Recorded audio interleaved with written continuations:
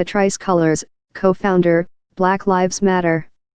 When Patrisse Cullors learned that George Zimmerman had been found not guilty in the death of Florida teen Trayvon Martin, she was driven to action.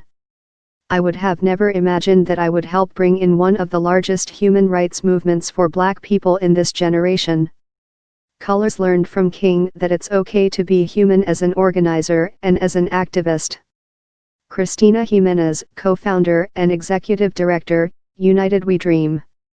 Cristina Jimenez heads United We Dream, the largest immigrant youth-led organization in the country. As an undocumented immigrant, Cristina was an integral part of the campaign that led to the Deferred Action for Childhood Arrivals program, and she continues to fight for immigration reform. She says that King's legacy taught her that the importance of building a multiracial cross-sector movement ultimately brings to life the fact that we do not live single-issue lives. And we can work together toward the vision that we all share for the country. Amini Al-Khatibah, founder and editor, Muslim Girl. Amini Al-Khatibah was 9 on September 11, 2001, when New York City was attacked by terrorists, and she experienced firsthand the backlash against Muslims in America. Later, as a high school student, she launched a platform where girls like her could be seen, heard, and empowered with positive images and a shared narrative. As she reflects on the civil rights movement led by King, she says, "You would expect that everyone can get behind messages of equality and of justice for all people, regardless of their color or creed or their religion. We have come a long way since the 60s, but we have a long way to go." Jamia Wilson, executive director and publisher, Feminist Press.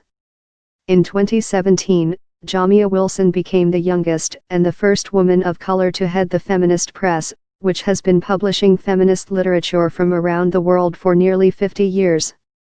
Wilson was deeply moved and inspired to take part in the Women's March, spreading the message, "No, I am not complicit."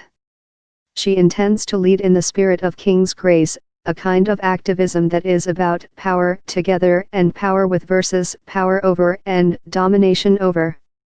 Bernice King, daughter of Martin Luther King and CEO, the King Center.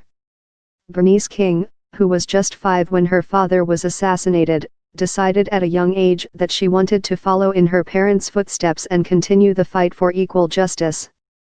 As a minister and activist, King believes her role is to help equip and empower activists with my father's nonviolent philosophy. Read more of our coverage of